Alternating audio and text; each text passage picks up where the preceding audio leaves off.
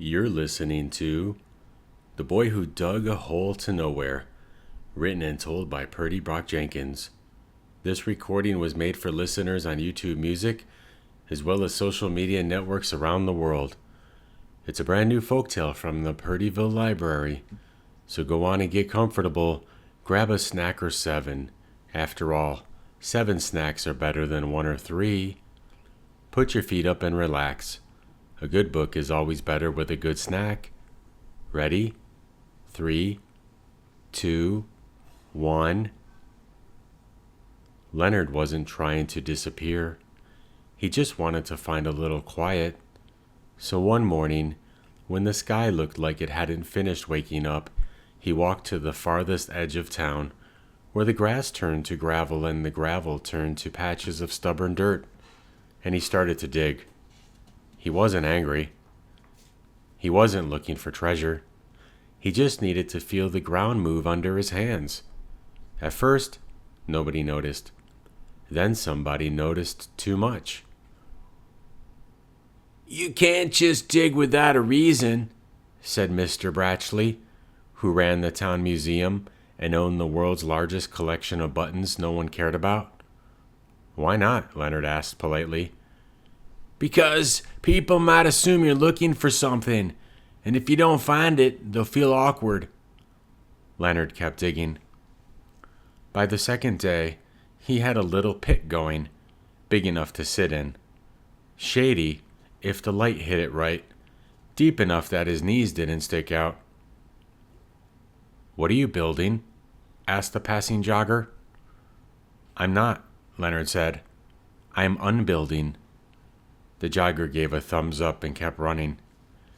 He tripped a few yards later. Leonard tried not to read into it. By day 4, a small sign appeared beside the hole. "Under construction. Temporarily permanent." Leonard hadn't put it there, but he liked it. That week, people started visiting. Some brought snacks, some brought questions.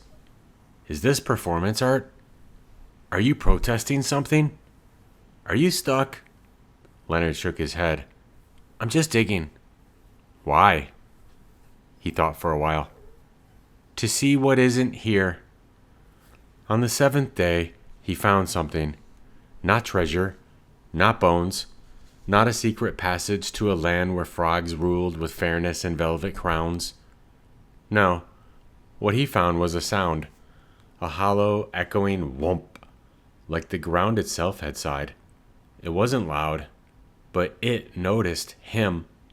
And Leonard, for the first time in a while, felt noticed back.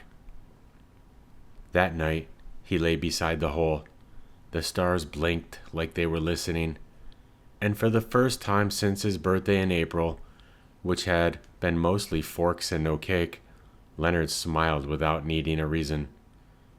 "Maybe I'll find something," he whispered. "Maybe I won't. But I like the feeling of going somewhere, even if it's nowhere." The deeper Leonard dug, the quieter the questions became. People still stopped by now and then, but fewer asked why.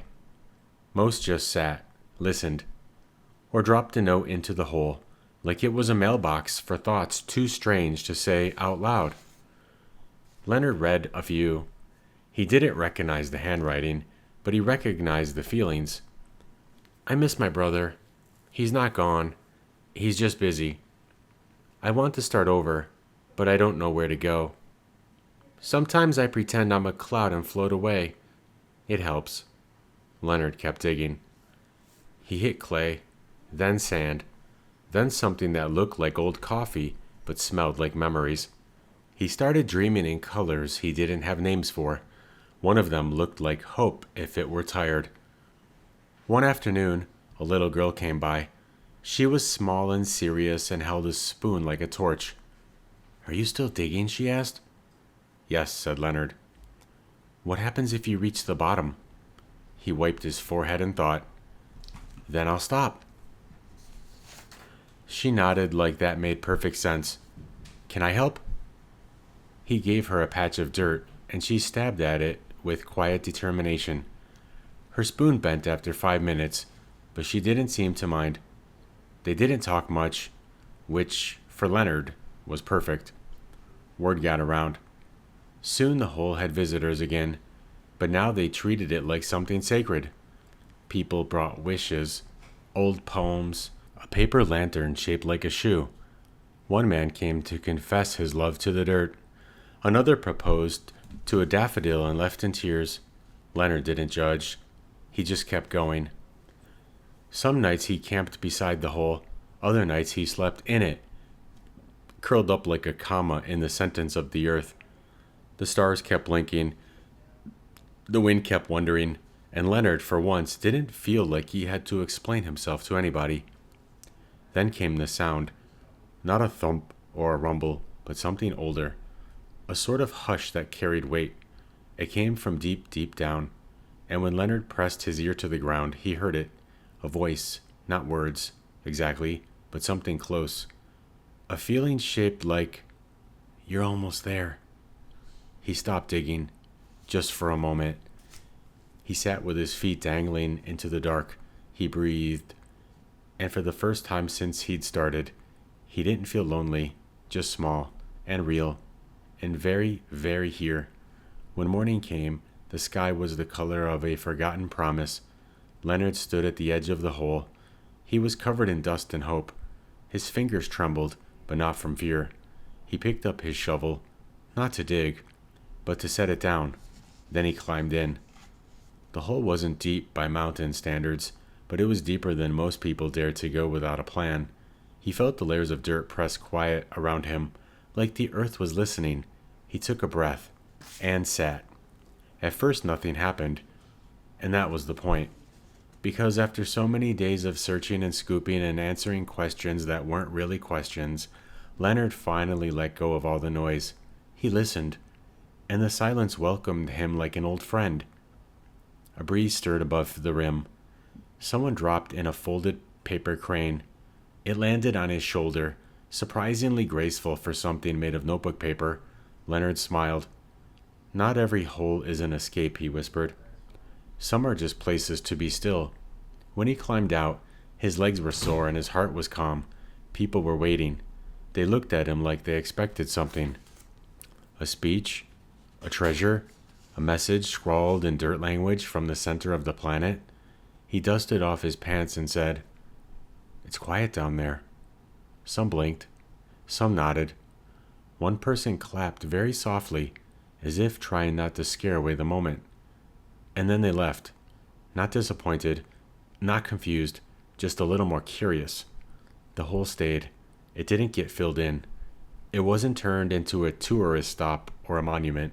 It was just there. A place for thinking, a place for sitting, a place for not explaining. Leonard would still visit now and then, but he didn't need it anymore, not the way he used to. He started walking more. Not away, not toward, just walking. People would ask where he was headed, and he'd smile and say, "Nowhere in particular," and he meant it. But there was always something in the way he said it, like maybe nowhere was a little closer to somewhere than most folks realized. Back at home, he kept a small journal. The first page was blank. The second had only 3 words: "Still worth digging." That's all for now. If the story left something with you, keep it. Let it ride around in your thoughts for a while. These tales weren't meant to explain the world, just to notice it a little more kindly. And if you enjoyed being here, well, I'll be back with more stories, more questions dressed up like answers. Till then, take care of yourself and take care of the holes in your life. Some people wind up in them and fall apart. Others wind up in them and eventually climb out, but learn little from the experience. Other people wind up in them and use the opportunity to lift themselves up to ever greater heights. If this made you smile or feel something fuzzy and wonderful, go ahead and hit the like button and subscribe. Also give me a comment. What ideas do you have for the next story? I'll keep telling stories if you keep listening. This has been Purdy Brock Jenkins, talking slow about things that move fast. I hope you enjoyed the story. It was a very good story.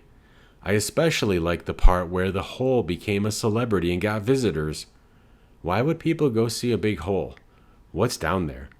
Do you think anything's down there like treasure? Would you go take a selfie with a hole? How long would you dig a hole? Even if you thought treasure was down there, how long would you dig the hole? What if you dug 1,000,000 feet and still didn't find anything?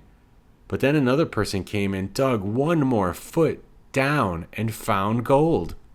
Would you be upset? Remember for next time that we need more snacks. A good book is always better with a good snack. See you next time, and have a sleepy Joe night. End of story.